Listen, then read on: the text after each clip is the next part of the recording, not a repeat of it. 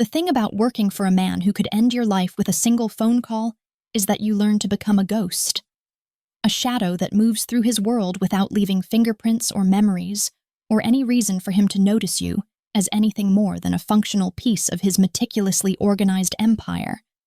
And I had perfected that disappearing act over 18 months of serving as Dante Valenti's executive secretary, becoming so essential to his daily operations that I was practically invisible, which was exactly how I needed it to be. The $40 wedding ring I'd purchased from a dingy pawn shop on South Halsted had been the best investment of my life. That thin gold band with its pathetic little cubic zirconia catching the light just enough to send a clear message to every dangerous man who passed through Dante's office. I was off limits, unavailable, already claimed by someone else, and in the brutal world of Chicago's criminal elite, where women were either possessions or conquests, being married meant I could simply do my job without navigating the treacherous waters of unwanted attention from men who took what they wanted and destroyed what they couldn't have. My fictional husband was a convenient ghost I'd conjured from desperation and necessity, a special forces operator perpetually deployed to locations I kept deliberately vague, and the beauty of the lie was its simplicity.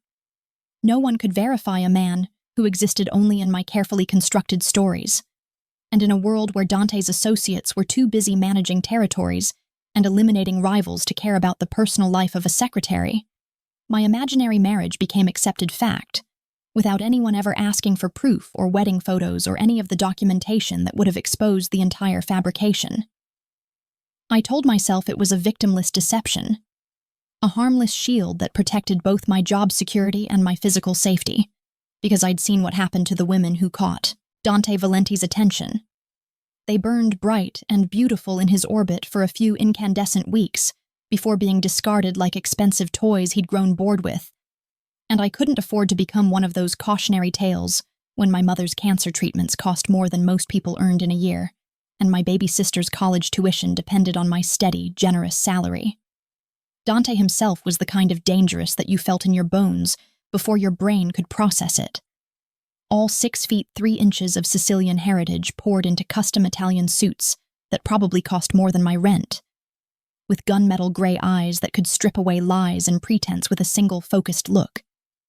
And I'd spent 18 months training myself not to notice the way his dark hair fell across his forehead when he was deep in concentration, or the way his rare smiles transformed his harsh features into something devastating, or the way his voice dropped to that low, intimate register when he was pleased with something I'd done.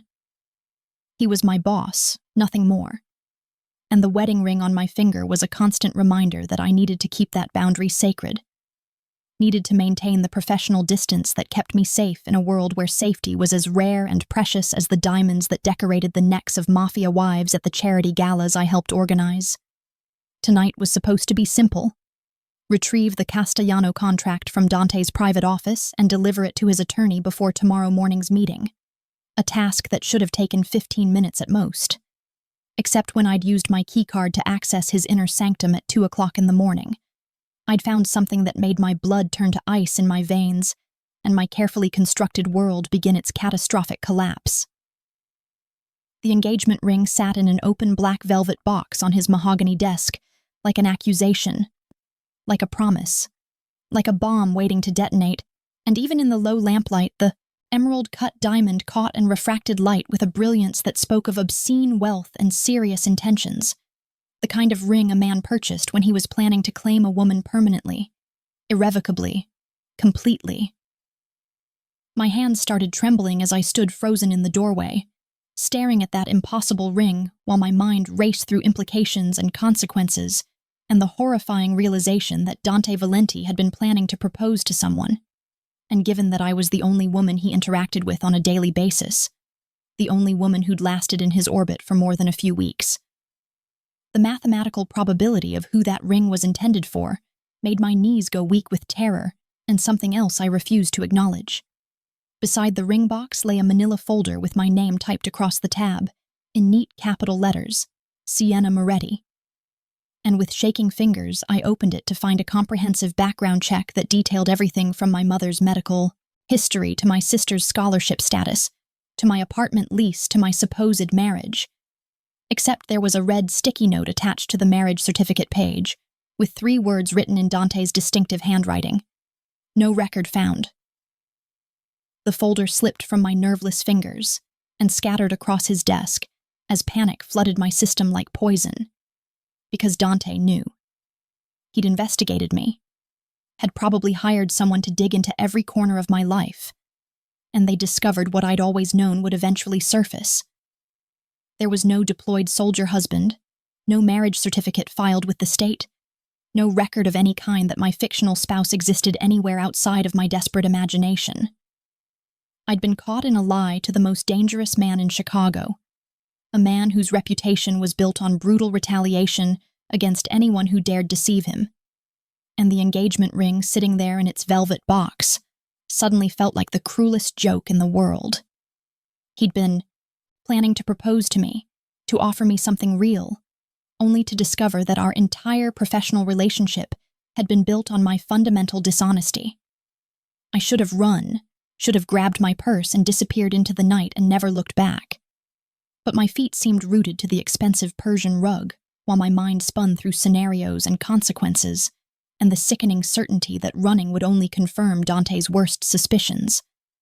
That I was working for his enemies, that I'd infiltrated his organization with ulterior motives, that every efficiency and loyalty I'd demonstrated over 18 months had been part of some elaborate long con.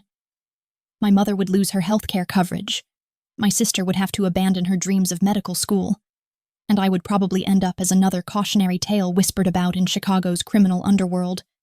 The secretary, who thought she could lie to Dante Valenti and live to regret it. The sound of footsteps in the corridor outside froze the blood in my veins, and I watched in mounting horror as the door handle turned and Dante himself stepped into his office, clearly not expecting to find anyone there at this ungodly hour. And for a suspended moment, we both froze, him filling the doorframe with his commanding presence, still dressed in the black suit he'd worn to whatever business had kept him out until 2 a.m, me standing guilty and trembling beside his desk, with the evidence of my deception scattered across the mahogany surface.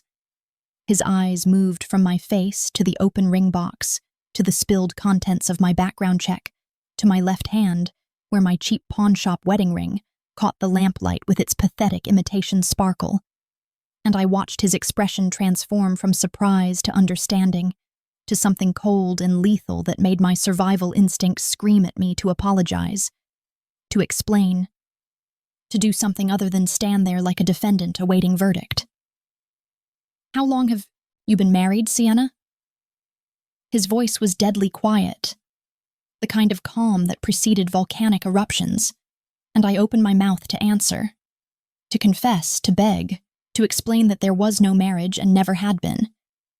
But before I could force words past my constricted throat, his phone buzzed with an incoming message that made him glance down at the screen, and whatever he read there caused his already dangerous expression to transform into something absolutely murderous. "Or should I ask," he continued, looking back at me with eyes that promised consequences I couldn't begin to imagine, "how long have you been lying to me?" The question hung in the air between us like a guillotine blade, and I realized with crystalline clarity that everything I'd built over 18 months, the trust, the professional relationship, the carefully maintained boundaries, the financial security that kept my family afloat, was about to come crashing down around me because of a $40 ring and a desperate lie I'd told myself would never matter. Dante took a step into the office, and the door clicked shut behind him, with a finality that sounded like a prison cell locking, and I knew with absolute certainty that whatever happened next would change everything, that the invisible secretary who'd managed to survive in his world by becoming forgettable was about to become very, very memorable, and not in any way that would end well for me. He moved closer with the predatory grace of a man accustomed to hunting, and I found myself backing up until my hip hit the desk, and I had nowhere left to retreat, trapped between the mahogany surface littered with evidence of my deception and the advancing presence of the most dangerous man I'd ever met. And when he reached past me to pick up the engagement ring box, His arm brushed against mine and sent electricity racing across my skin, despite the terror flooding my system. "I had this designed specifically for you," he said, his voice dropping to that low register that I'd trained myself not to react to, holding the ring up so the diamond caught the light and threw prismatic sparkles across his harsh features. 3 carats, emerald cut, set in platinum with smaller diamonds along the band, because I'd noticed you admiring a similar setting in a jewelry store window 6 months ago when we were walking to a meeting. The fact that he'd noticed something so small, so insignificant, so absolutely irrelevant to our professional relationship, made my chest tighten with emotions I couldn't afford to feel, and I watched as he set the ring box back on the desk with careful precision before picking up one of the scattered pages from my background check, the one with the red sticky note about my non-existent marriage. "I've known you were lying about being married since our 2nd week working together," he continued, and those words hit me like physical blows, stealing the breath from my lungs and the strength from my knees. "Did you really think I wouldn't investigate the woman who handles my most sensitive communications, who knows my schedule down to the minute, who has access to information that could destroy my entire organization if it fell into the wrong hands?" I tried to speak, tried to form some explanation or defense, but he held up one hand to silence me, and the gesture was so absolutely commanding that I found myself obeying without conscious thought, my voice dying before it could emerge. "The question I've been asking myself," Dante said, moving close enough that I could smell his cologne, something expensive and woodsy that probably cost more than my monthly salary, "is why you would maintain such an elaborate fiction for 18 months, when you must have known I would eventually discover the truth. And the only logical conclusion is that you're either working for one of my enemies and using the fake marriage as cover for your real activities, or you were trying to protect yourself from something. And I've spent the last 3 hours trying to determine which scenario is more likely." His phone buzzed again, another message that made his jaw tighten and his eyes go even colder. And when he showed me the screen, I saw photographs. Surveillance images of me talking to someone I didn't recognize outside a coffee shop. The angles and lighting making the interaction look suspicious and clandestine when in reality, I couldn't even remember the encounter. "These just came from one of my associates," Dante explained with terrifying calm. "And they suggest that your deception goes much deeper than a fake marriage, which means you have exactly 1 week to explain to me why I shouldn't assume you've been playing me for 18 months, feeding information to my rivals, and using your position to undermine everything I've built." The injustice of it crashed over me like a wave. I'd lied to protect myself, not to betray him, and whoever I was talking to in those photographs clearly wasn't anyone significant because I couldn't even place the interaction. But the cold fury in Dante's eyes told me that explanations wouldn't matter. That in his world of betrayals and power plays and deadly consequences, my intentions were irrelevant compared to appearances and evidence. He reached into his jacket pocket and pulled out the engagement ring, holding it between us like an artifact from an alternate timeline where things might have gone differently, where I might have been honest from the beginning, where this conversation might have been a romantic proposal instead of an accusation of treason. "1 week, Sienna," he said, dropping the ring back into its velvet box and snapping it closed with a finality that felt like a coffin lid. "You have 1 week to convince me that you're not working for my enemies. 1 week to explain why you've been lying to me since almost the day we met. 1 week to give me a reason not to treat you like every other person who's ever tried to deceive Dante Valenti, and I suggest you think very carefully about what you tell me, because if I discover you've lied again, there won't be a third chance." He pocketed the ring box, and somehow that gesture felt more threatening than any explicit threat could have been. The promise of what might have been transformed into evidence of what could never be.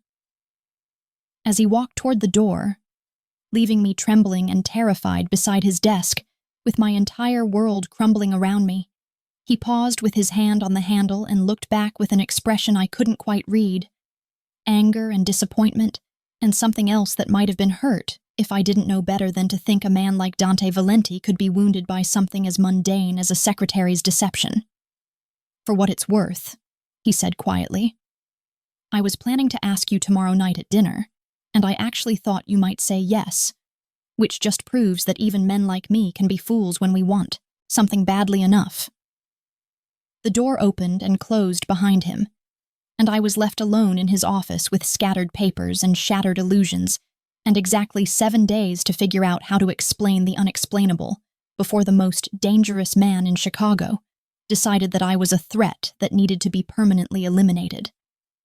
Sleep became impossible after Dante's ultimatum, and I spent the remaining hours before dawn pacing my small apartment like a caged animal, running through scenarios and explanations and escape plans that all seemed equally futile when measured against the reality of trying to deceive or evade a man whose network of informants and enforcers stretched across every corner of Chicago, like an invisible web that captured anyone foolish enough to think they could simply disappear.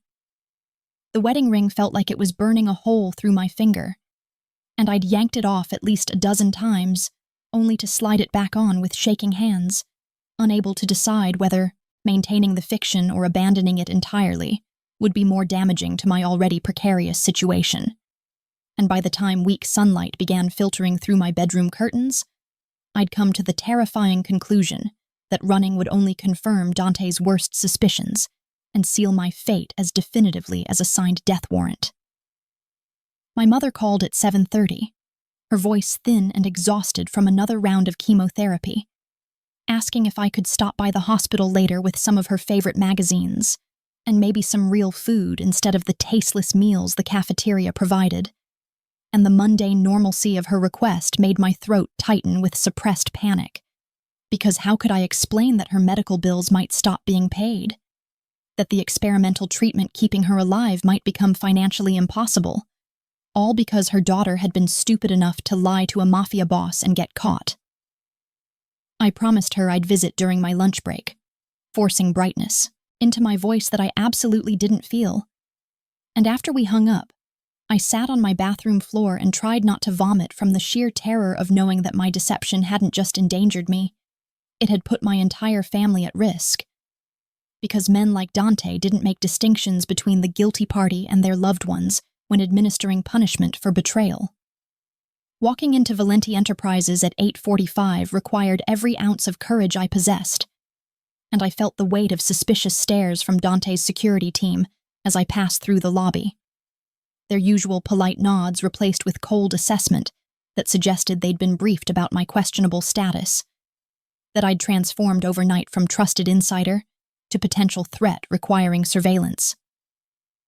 My office adjoined Dante's private suite, a position of proximity that had once felt like a professional achievement, but now seemed like strategic placement for a prisoner awaiting interrogation. And when I settled, behind my desk and powered up my computer, I found a new folder in my inbox labeled simply, "Read this," with an attachment that made my blood run cold.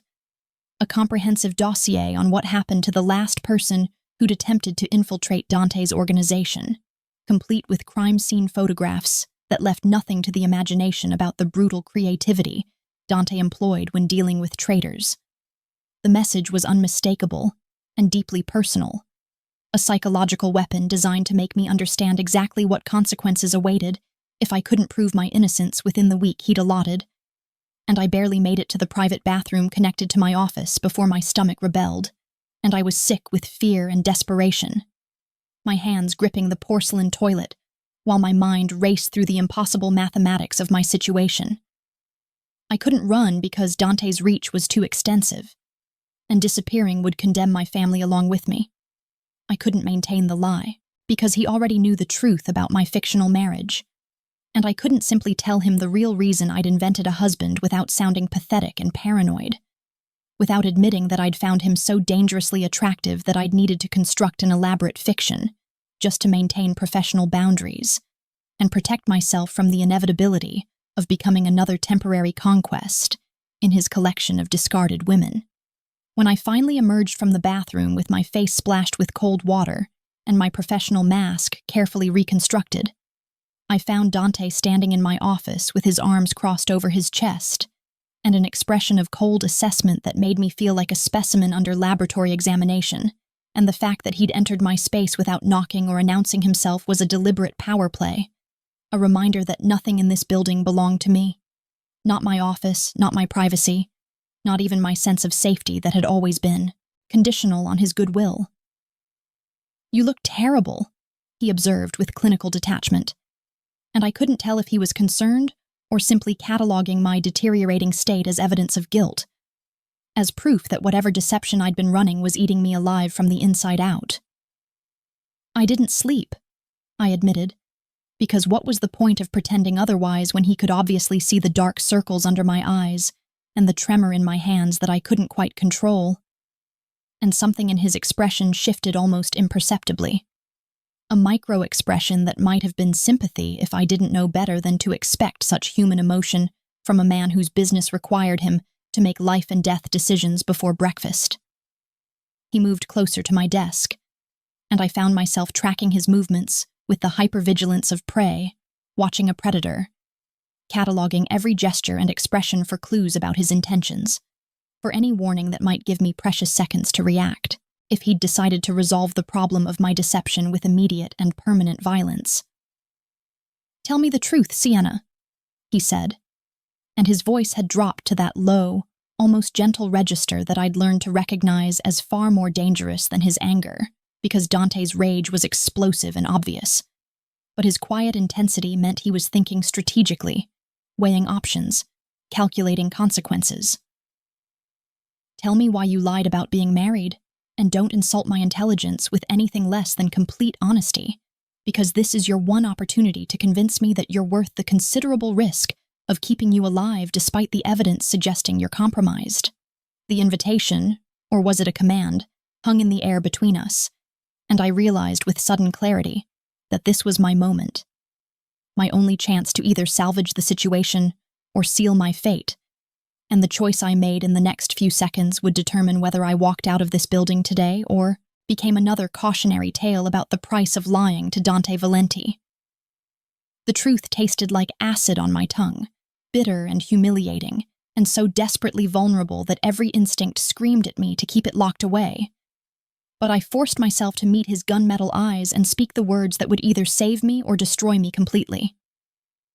"There is no husband," I said, my voice steadier than I expected given that my entire world was balanced on this confession. "There never was a husband, and I created the lie because I was terrified of becoming another woman who caught your attention for a few weeks before being discarded when the novelty wore off. And I couldn't afford to lose this job or compromise my professional position, because my mother's cancer treatments cost $60,000 every 3 months, and my sister's medical school tuition is another $40,000 per semester, and this salary is the only thing keeping my family from complete financial ruin." The words came faster now, tumbling over each other in my desperation to make him understand. "I've seen the women who orbit through your life, Dante. Beautiful and sophisticated, and ultimately disposable. And I knew that if you ever looked at me as anything other than your secretary, I would either have to reciprocate and accept the inevitable ending that would leave me jobless and heartbroken, or refuse and make our professional relationship impossible. So I invented a husband as insurance, as protection, as a way to keep the boundaries clear and my position secure." The silence that followed my confession felt like an eternity, and I watched Dante's face for any reaction. Anger, disgust, amusement, contempt. But his expression remained maddeningly neutral, giving me no indication of whether my honesty had helped or condemned me further. "You were protecting yourself from me," he said finally, and I couldn't tell if he was offended or impressed, or simply processing this new information through whatever calculus he used to evaluate threats and assets. "You thought I was such a danger to your stability that you maintained an elaborate fiction for 18 months, rather than simply tell me you weren't interested in being another temporary distraction." He laughed, but the sound held no humor, just a kind of bitter recognition that suggested my fears hadn't been entirely unfounded. "The irony," Dante continued, moving around my desk until he was close enough that I could feel the heat radiating from his body, "is that you were never like the other women, Sienna. You were never a conquest or a distraction or anything temporary. And I've spent the last year convincing myself that the only reason I couldn't pursue you was because you were married, because you belonged to someone else. When in reality, the only obstacle was your assumption that I would treat you as carelessly as I've treated women who meant nothing to me. His hand came up to cut my jaw with surprising gentleness, tilting my face so I had no choice but to meet his eyes, and what I saw there made my breath catch. Not anger or calculation, but something raw and real that looked almost like hurt. Did it never occur to you that I might value your competence and intelligence and loyalty more than some fleeting physical attraction? That I might actually see you as someone worth keeping permanently? The revelation that Dante had been interested in me for far longer than I'd realized. That my fake marriage had been the only thing preventing him from pursuing something real. Should have felt like validation or triumph. But instead it just made everything more complicated and terrifying, because now I understood exactly how much my deception had cost both of us. "I'm sorry," I whispered, and the apology felt inadequate for the magnitude of damage my lie had caused, for the year of possibilities we'd lost, because I'd been too afraid to trust that he might be different with me than he'd been with everyone else. "I'm so sorry, Dante, and I understand if you can't forgive this. If you need to fire me or worse, but please believe me, that I never meant to hurt you or betray your trust. I was just trying to survive in a world where I felt completely out of my depth." He released my jaw and stepped back, and for a horrible moment, I thought he was about to walk away, to leave me with my apology hanging uselessly in the air. But instead, he pulled the black velvet ring box from his pocket and set it on my desk between us like he was laying down terms for negotiation. "I'm going to make you an offer, Sienna, and you need to understand that refusing isn't really an option given your current circumstances," he said, and his voice had shifted back to that business-like tone he used when structuring deals and establishing terms, when emotions became irrelevant compared to strategic advantages. "My grandmother has been threatening to arrange a marriage for me if I don't settle down with what she considers an appropriate woman within the next 6 months, and as much as I love the old woman, I have no intention of letting her medieval matchmaking instincts dictate who I spend my life with." The direction of this conversation was so unexpected that I found myself momentarily speechless, unable to imagine where he was going with this apparent non sequitur about his grandmother's matrimonial ambitions, and I watched in confusion as he opened the ring box and pulled out the engagement ring that had started this entire catastrophic chain of events. "You're going to become my fiancé," Dante continued, holding the ring up so the diamond caught the fluorescent office lighting. "Not a real fiancé, at least not initially, but a convincing enough performance to satisfy my grandmother and buy me the 6 months of freedom I need to handle some delicate business transitions without her interference. And in exchange for this service, I'll triple your current salary, pay off all of your mother's medical bills in full, establish a trust fund that will cover your sister's education through her medical residency, and guarantee your family's safety and protection under my organization's umbrella, regardless of what happens between us." The offer was so staggeringly generous that I immediately looked for the trap, for the hidden clause that would make this devil's bargain even more dangerous than my current predicament, because men like Dante didn't give away millions of dollars and extensive protection without expecting something substantial in return. "What's the catch?" I asked, proud that my voice didn't shake despite the adrenaline flooding my system, and Dante smiled, actually smiled, with something that looked almost like approval at my refusal to simply accept, without questioning the terms. "The catch is that when we're together, the performance has to be flawless and absolutely convincing," he explained, moving closer again until we were sharing the same air, until I could see the silver flecks in his gray eyes, and smell his expensive cologne, and feel the dangerous pull of attraction I'd been suppressing for 18 months. "My grandmother is sharp and perceptive, and she'll see through anything less than complete commitment to the role, which means when I touch you, you'll respond like a woman who's desperately in love with her fiancé. And when we're at family dinners or charity events or anywhere the performance matters, you'll look at me like I'm the center of your universe."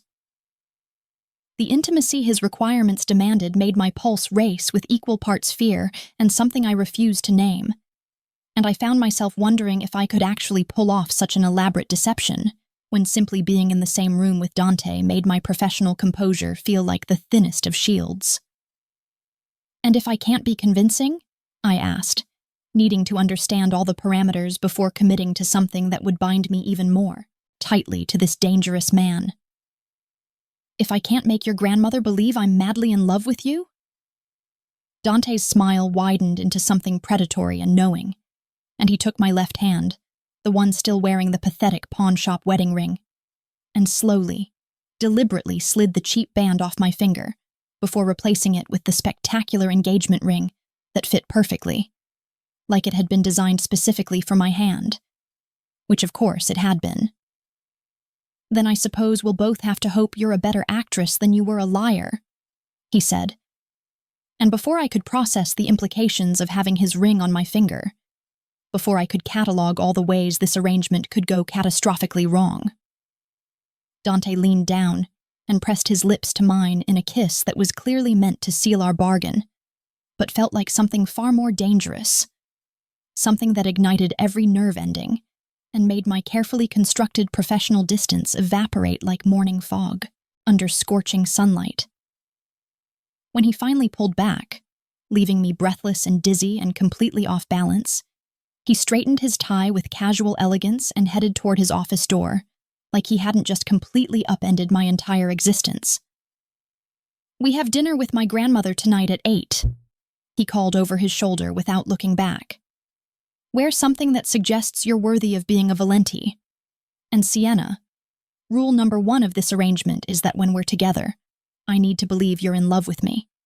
Which means, starting right now, every time you look at me, every time you speak to me, every time you're in the same room with me, you need to convince both of us that this engagement is real. Because if my grandmother suspects for even a second that we're lying to her, the consequences will make your current problems seem like minor inconveniences." He disappeared into his office and closed the door with a decisive click, leaving me standing alone, with a 3-carat diamond weighing down my hand and the taste of him still burning on my lips. And as I sank into my desk chair with trembling legs, I realized that I'd just agreed to the most dangerous performance of my life, pretending to be in love with a man I was already terrified of wanting too much.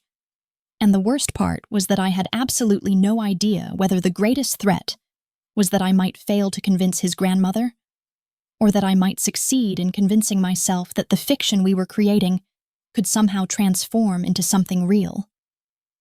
The dress I chose for dinner with Dante's grandmother was a deep burgundy silk that I'd purchased for a charity gala 6 months ago, but never worn because it felt too revealing, too sensual. Too much like the kind of thing a woman wore when she wanted to be noticed rather than invisible. And as I stood in front of my bedroom mirror, applying the final touches of makeup that transformed my usually understated appearance into something that could plausibly belong on the arm of Chicago's most powerful crime lord, I tried to ignore the way my hands shook and the way my reflection looked like a stranger playing dress-up in someone else's dangerous life. The engagement ring caught the light with every movement, throwing prismatic sparkles across my walls like tiny accusations reminding me that I was about to walk into the inner sanctum of the Valenti family and lie to a woman who had probably seen every form of deception imaginable. And the weight of that 3-carat diamond felt less like an ornament and more like a shackle binding me to a performance I wasn't entirely sure I could sustain without losing myself completely in the process.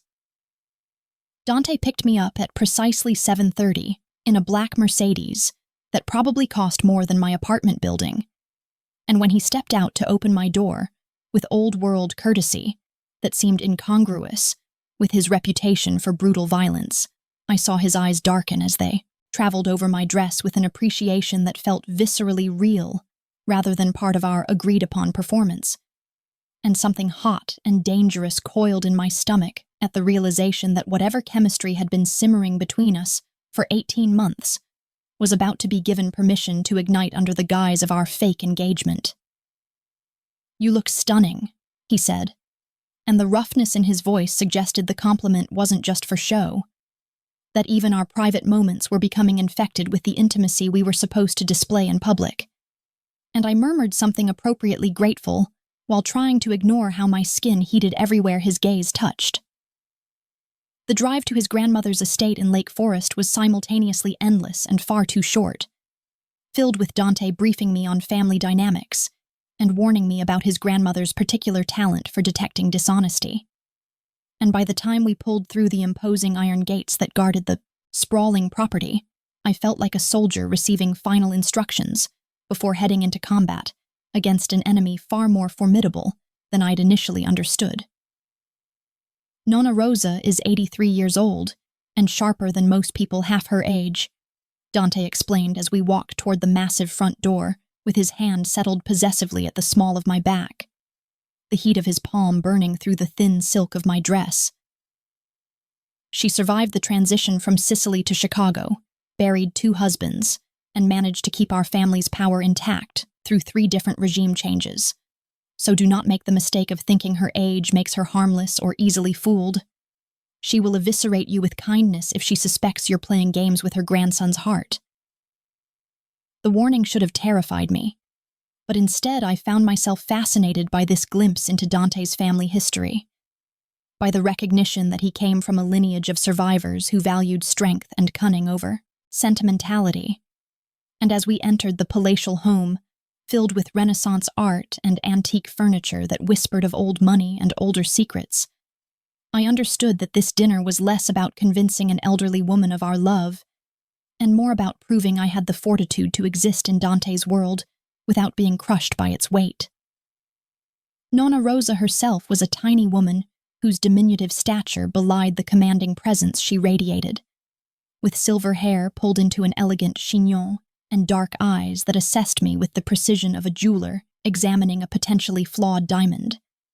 And when Dante introduced me as his fiancée with obvious pride in his voice, I watched those sharp eyes move from my face to the ring on my finger, to the way Dante's hand remained protectively at my back, cataloging every detail for later analysis.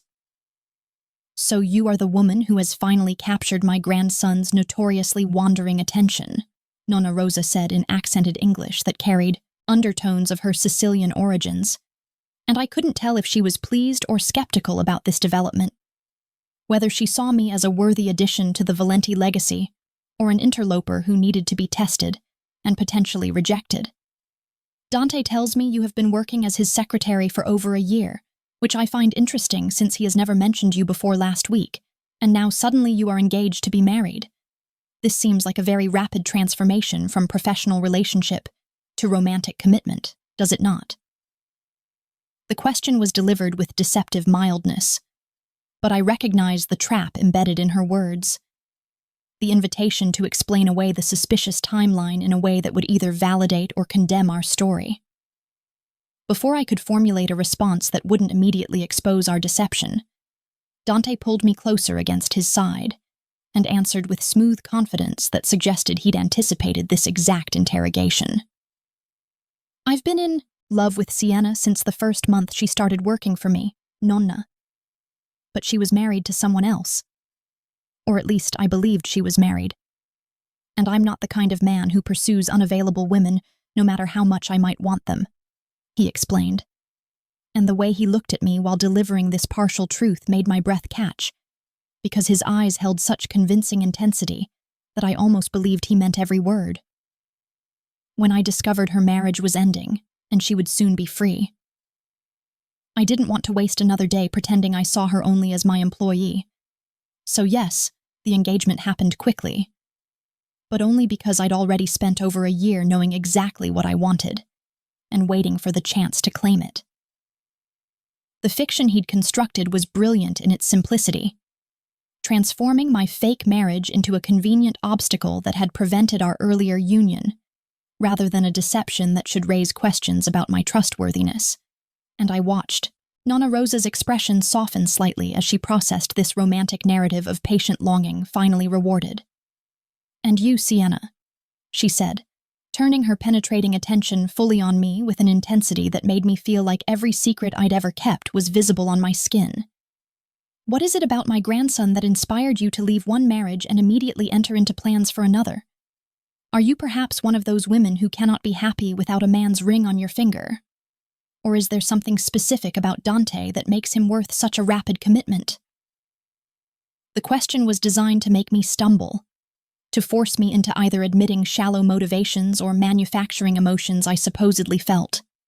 And I realized that this entire dinner was going to be a verbal chess match, where every answer needed to navigate between excessive enthusiasm that would seem fake and insufficient devotion that would seem suspicious.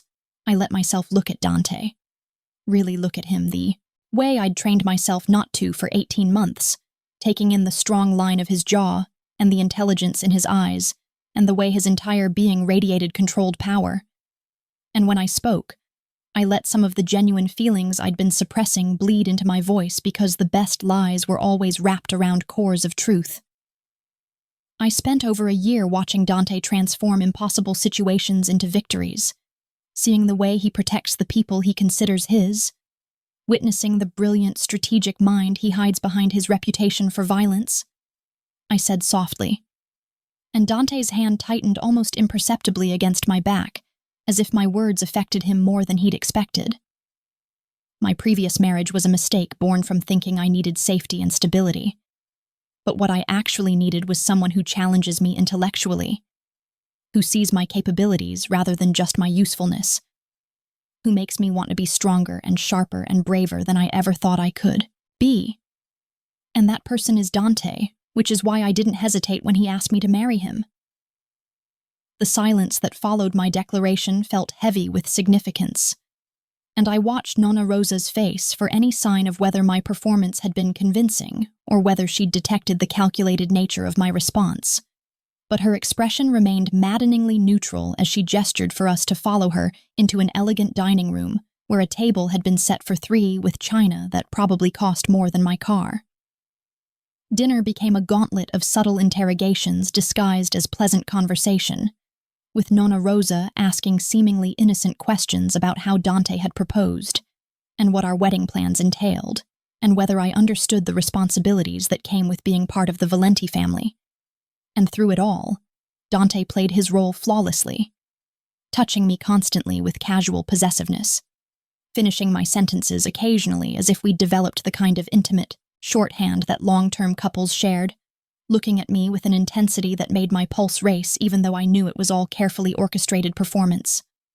The most dangerous moment came over dessert when Nonna Rosa asked about my family, and I had to navigate explaining my mother's illness and my sister's education without revealing the financial desperation that had made Dante's offer impossible to refuse, without admitting that this engagement was at least partially a transaction designed to secure my family's future, rather than purely a love match. My mother is undergoing cancer treatment, which has been challenging for our family, I said carefully, watching Dante's face for cues about how much detail I should provide. And my younger sister is in medical school, following her dream of becoming an oncologist, partially inspired by our mother's battle. And both of them are so excited about the wedding, even though the timing isn't ideal given my mother's health concerns. Dante's hand found mine under the table, squeezing gently in what could have been either reassurance or warning. And when Nonna Rosa's expression softened with genuine sympathy, I felt a stab of guilt for manipulating this woman's emotions with carefully selected truths. Family is everything, Nonna Rosa pronounced, with the absolute certainty of someone whose entire life had been structured around blood loyalty and generational obligations. The fact that you prioritize your mother and sister tells me more about your character than any performance of affection toward my grandson. And I can see that Dante has chosen someone with proper values. Someone who understands that love means sacrifice and protection, and putting the needs of those you care about above your own convenience.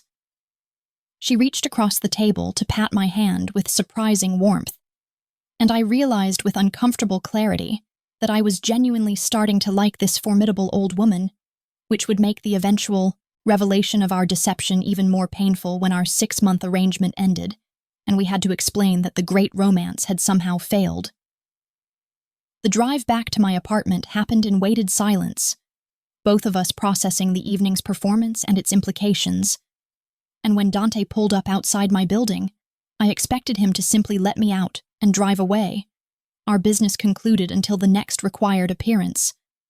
But instead, he killed the engine and turned to face me with an expression I couldn't quite read in the dim interior lighting.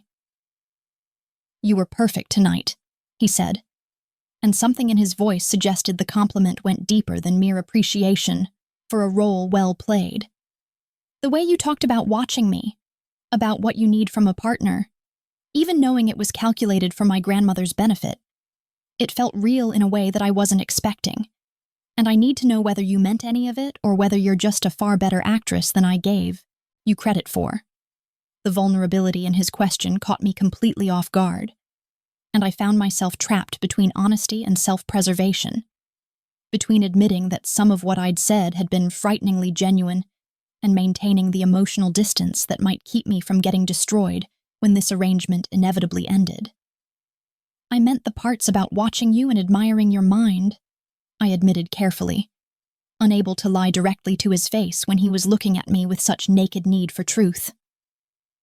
"I meant that you challenge me and make me want to be better, and I meant that you're nothing like the man I thought you were when I first started working for you. You're infinitely more complex and surprisingly kind in ways that contradict your reputation. And yes, if circumstances were different, if this weren't a business arrangement, I could absolutely see myself falling for you, which is precisely why this fake engagement terrifies me." Dante's hand came up to cup my face with a tenderness that seemed at odds with everything I knew about his capacity for violence. And when he leaned across the console to kiss me, it felt nothing like the performative kiss in my office that morning. This was slow and deep and searingly intimate, the kind of kiss that rewrote neural pathways and obliterated carefully maintained boundaries. And I found myself responding with an enthusiasm that had nothing to do with our arrangement and everything to do with the want I'd been suppressing for 18 months, finally given permission to surface.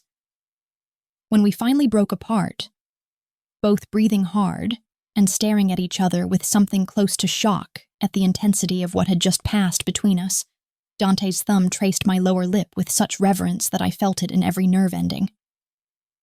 "This is going to get complicated," he said, and it wasn't a question but rather a statement of inevitable fact, an acknowledgement that whatever we'd started tonight had already begun spiraling beyond the neat parameters of our business arrangement into territory that promised either transcendent connection or catastrophic destruction.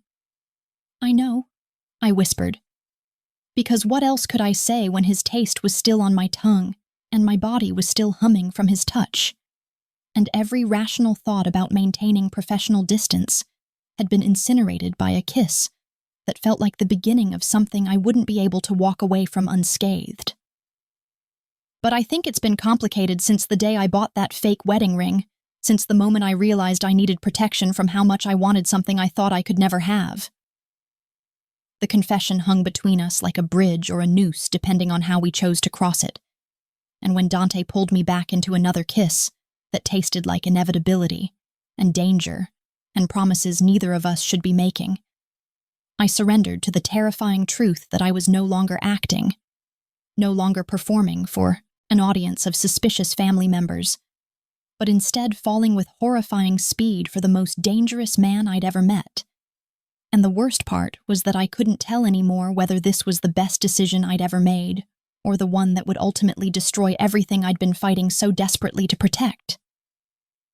The next 3 weeks passed in a blur of stolen moments and manufactured intimacy that increasingly felt less like performance and more like the most authentic version of myself I'd ever been allowed to express, with Dante pulling me deeper into his world through family dinners and charity galas and quiet evenings in his penthouse, where we'd talk for hours about everything from philosophy to our childhoods, and somewhere in the dangerous space between obligation and desire, I stopped being able to identify where the fake engagement ended and my real feelings began, which should have terrified me but instead felt like finally exhaling after holding my breath for 18 months.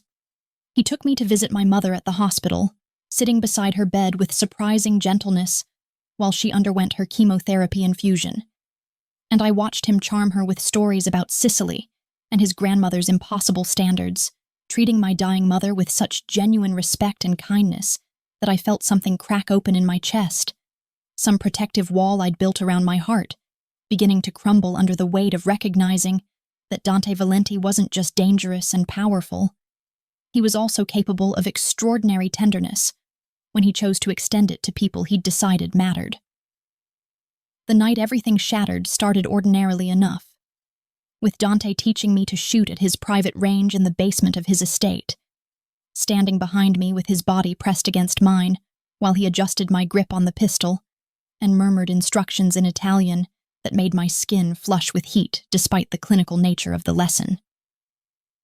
"You need to be able to protect yourself, Tesoro," he'd said, his breath hot against my neck as he guided my aim toward the paper target downrange.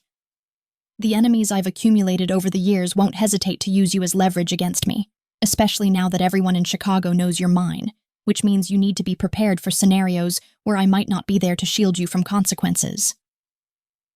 The gun felt heavy and foreign in my hands, but the weight of his concern felt even heavier.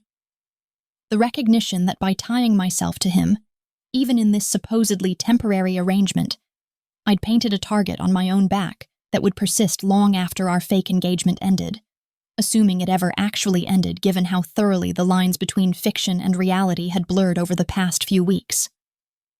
We were walking to his car afterward, my ears still ringing from the gunfire, and my hands still trembling slightly from the adrenaline of learning to hold something so destructive, when Dante's phone buzzed with an incoming message that made his entire body go rigid with a tension I'd learned to recognize as the precursor to violence. And when he showed me the screen, I felt my blood turn to ice at the sight of surveillance photographs, showing me in what appeared to be an intimate conversation with a man I didn't recognize outside a coffee shop I couldn't remember visiting. The images were damning in their composition. The camera angles made it look like I was leaning in conspiratorially, like I was sharing secrets with someone who clearly wasn't Dante, and the timestamp indicated the meeting had occurred just yesterday during my lunch break, which made the apparent deception seem calculated and deliberate rather than accidental or explainable. "I can explain," I started, my voice sounding desperate even to my own ears. But Dante's expression had already transformed into something cold and lethal. The tender man who'd been teaching me to protect myself evaporating to reveal the Mafia boss who'd built his empire on ruthless elimination of threats, and I watched in horror as he made a phone call that summoned several of his enforcers to the estate with instructions that suggested I was about to become a prisoner rather than a fiancé.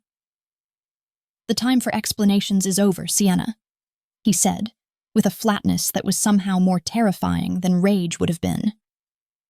"I've received intelligence suggesting you've been meeting with someone connected to the Calabrese family, my primary rivals, and these photographs appear to confirm that intelligence, which means either you've been playing me from the beginning, and everything between us has been an elaborate con designed to get close enough to destroy me, or there's an explanation so compelling that it overrides the obvious interpretation of this evidence. And right now, I'm having difficulty imagining what that explanation could possibly be." The accusation felt like a physical blow, stealing the air from my lungs and making my knees weak with the injustice of being condemned for something I hadn't done, for a meeting I couldn't even remember having. And as Dante's security team arrived and escorted me to a guest room that was clearly meant to function as a cell despite its luxurious furnishings, I realized that all the trust we'd built over the past 3 weeks had been fundamentally conditional, that Dante's capacity for tenderness existed alongside an even greater capacity for suspicion, and the man who'd held me with such gentleness just hours ago was now prepared to interrogate me like an enemy combatant. They locked me in with instructions not to touch anything or attempt to leave while Dante verified certain information, and through the heavy door, I could hear muffled conversations and phone calls that suggested he was activating his entire intelligence network to determine whether I was a threat that needed to be permanently eliminated, and the casual efficiency with which his organization moved to investigate and potentially dispose of me made me understand exactly how many people had disappeared after earning Dante's suspicion, how many lives had ended because they couldn't prove their innocence quickly enough to satisfy his paranoia. Hours passed with agonizing slowness, while I pace the elegant prison and try desperately to remember any interaction that could have been photographed and misconstrued as collaboration with his enemies, racking my brain for coffee shop visits or lunch breaks where I might have spoken to anyone who could be twisted into appearing like a co-conspirator. But my memory yielded nothing useful. Just the mundane reality of grabbing sandwiches and occasionally chatting with baristas or other customers in the thoughtless way that people navigated urban spaces without cataloging every momentary interaction. The door finally opened near dawn to reveal Dante looking exhausted and furious, and behind him stood a man I vaguely recognized as his second-in-command, Carmine, whose expression suggested he'd been advocating for my immediate execution as the most efficient solution to the problem I represented. And I understood that I was facing a tribunal where the verdict had likely already been decided, regardless of whatever defense I attempted to mount. "Tell me about your relationship with Marco Calabrese," Dante demanded without preamble. And the name meant nothing to me. Sparked no recognition or memory, which apparently showed on my face because Carmine laughed with dark amusement and said something in rapid Italian that made Dante's jaw tighten with what might have been either doubt or determination. "I don't know anyone by that name," I said, forcing my voice to remain steady despite the terror flooding my system. "I don't know who that is or why you think I've been meeting with him. But I swear to you, Dante, I haven't betrayed you. I wouldn't betray you, and whatever those photographs show there has to be an explanation that doesn't involve me working for your enemies." But even as I spoke the words, I could see the skepticism in both men's faces, could feel the weight of circumstantial evidence crushing my protestations of innocence. And I realized with horrible clarity that truth didn't matter nearly as much as appearances in Dante's world, that my life hung not on what I'd actually done, but on whether he could afford to believe me without looking weak or foolish to his organization. The standoff might have ended in my execution if not for the sudden commotion outside the room, shouting and the sound of a brief scuffle, followed by Dante's head of security, bursting in with a laptop and an expression of grim satisfaction, announcing that they'd found the real traitor, and I needed to see what they'd discovered before any irreversible decisions were made. The laptop screen showed bank records and encrypted communications that painted a damning picture, but not of me. Instead, the evidence revealed that Dante's trusted attorney, Lorenzo Marchetti, had been selling information to the Calabrese family for months, and the photographs of me were fabricated composites designed to deflect suspicion, while Lorenzo executed a coup that would have left Dante vulnerable and probably dead. And my role had been nothing more than convenient scapegoat, the outsider whose recent elevation to fiancé status made me plausible enough as a betrayer to distract from the real corruption festering in Dante's inner circle.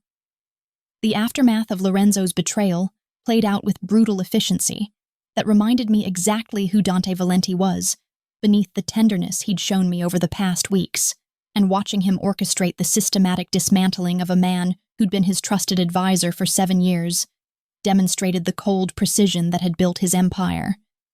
Though I noticed that when it was finally over and Lorenzo had been permanently removed as a threat, Dante's hands shook slightly as he poured himself a drink in his office where I'd been brought after my innocence had been conclusively proven. The evidence I'd unknowingly compiled over months of managing his files, small discrepancies and suspicious patterns that I'd flagged for review, because something about Lorenzo's billing practices had never quite added up, had been the key to unraveling the entire conspiracy.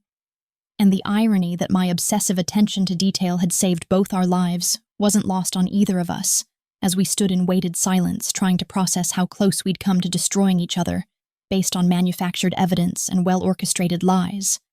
"I almost killed you," Dante said finally, his voice rough with an emotion I'd never heard from him before, something that sounded like genuine horror at his own capacity for violence when directed at someone he'd come to care about. I had Carmine draw up the execution order, had already decided that eliminating you was the strategically sound choice even though it would have destroyed something in me that I didn't know could still be destroyed. And if my security chief had been even 30 minutes slower in finding the real evidence, you would be dead right now because I chose to trust circumstantial photographs over everything I'd learned about your character in the time we've spent together. He turned to face me with raw vulnerability in his eyes that made him look simultaneously more dangerous and more human than I'd ever seen him. "How can you possibly forgive that, Sienna? How can you look at me knowing that I was prepared to murder you based on fabricated evidence? That my first instinct when threatened is always to eliminate rather than investigate? That the man you've been falling for is fundamentally someone who solves problems with violence?" The question hung between us like a chasm that could either be bridged or become permanently unbridgeable depending on how I chose to answer, and I understood that this moment would define everything that came after. That Dante was offering me an exit from our arrangement with no penalties or consequences, because his guilt over almost executing an innocent woman had temporarily overridden his usual calculating pragmatism.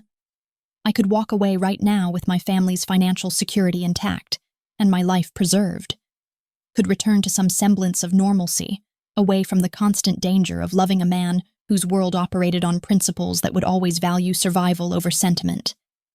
And for a long moment, I genuinely considered taking that escape route, saving myself from the inevitable heartbreak of trying to build something real with someone whose fundamental nature involved capabilities I found both terrifying and somehow compelling in their absolute certainty. "I forgive it because I understand it," I heard myself saying, the words emerging with a conviction that surprised me almost as much as it clearly surprised Dante. And I moved closer to him, despite every rational instinct screaming that I should be running in the opposite direction. "I forgive it because I've spent enough time in your world now to understand that the violence isn't gratuitous or sadistic. It's survival. It's the price of building something in a space where showing weakness means extinction. And yes, it's terrifying that you were willing to eliminate me based on compromised intelligence. But it's also somehow reassuring that you would make that calculation rather than letting sentiment compromise your organization's security, because it means you take threats seriously enough to act on them decisively." I reached up to cup his face with hands that were steadier than they had any right to be given the circumstances.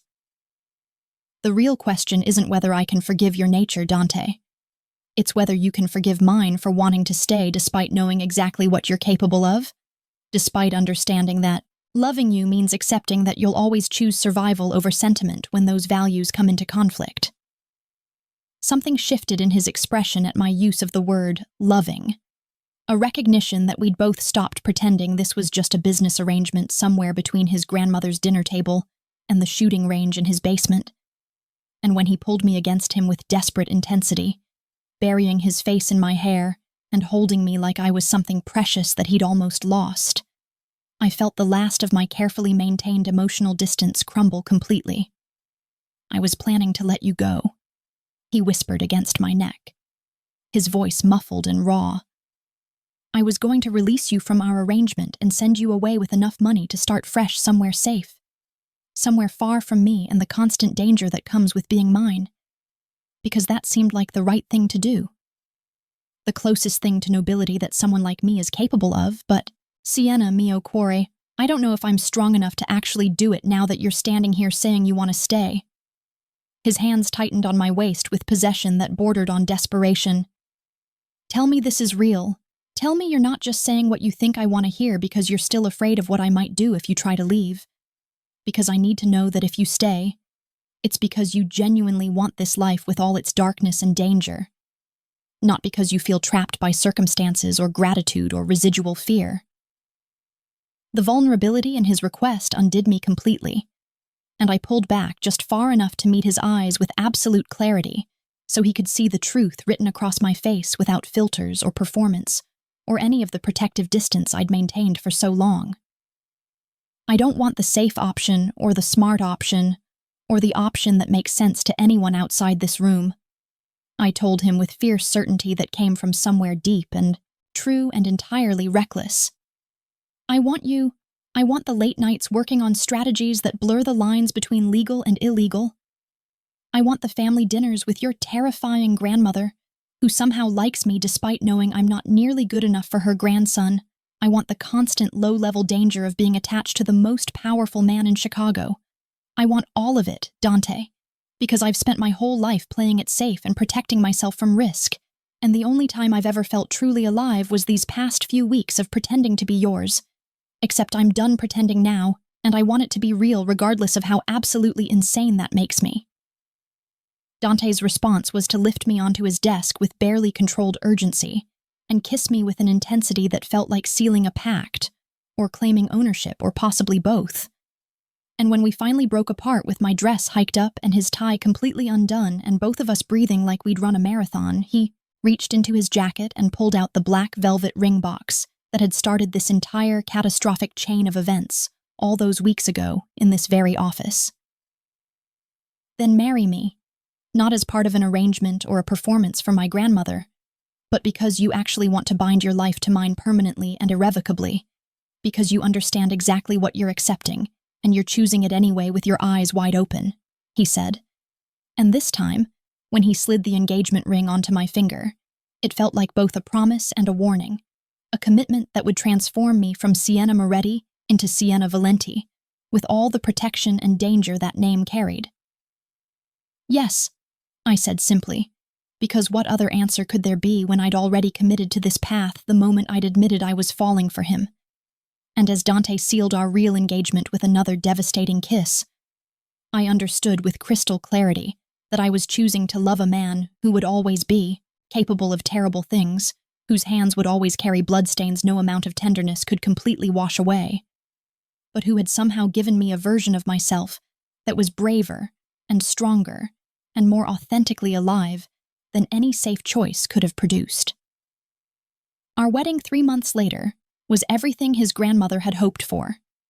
A lavish Sicilian affair that combined old-world tradition with modern excess, with my mother healthy enough to attend, thanks to the experimental treatments Dante's money had made possible, and my sister serving as maid of honor, while wearing a smile that suggested she understood exactly how complicated and dangerous and somehow perfect my choice had been. And as I walked down the aisle toward the man who'd almost killed me, and who I'd somehow chosen to love anyway, I realized that the fake marriage I'd invented 18 months ago to protect myself had been a premonition of the real marriage I was entering now, that sometimes the lies we tell to keep ourselves safe are actually just prophecies waiting for us to become brave enough to make them true, and that the most dangerous thing I'd ever done wasn't lying to Dante Valenti, but rather telling him the truth, and discovering that the darkness I'd been running from was actually the only place I'd ever truly belonged.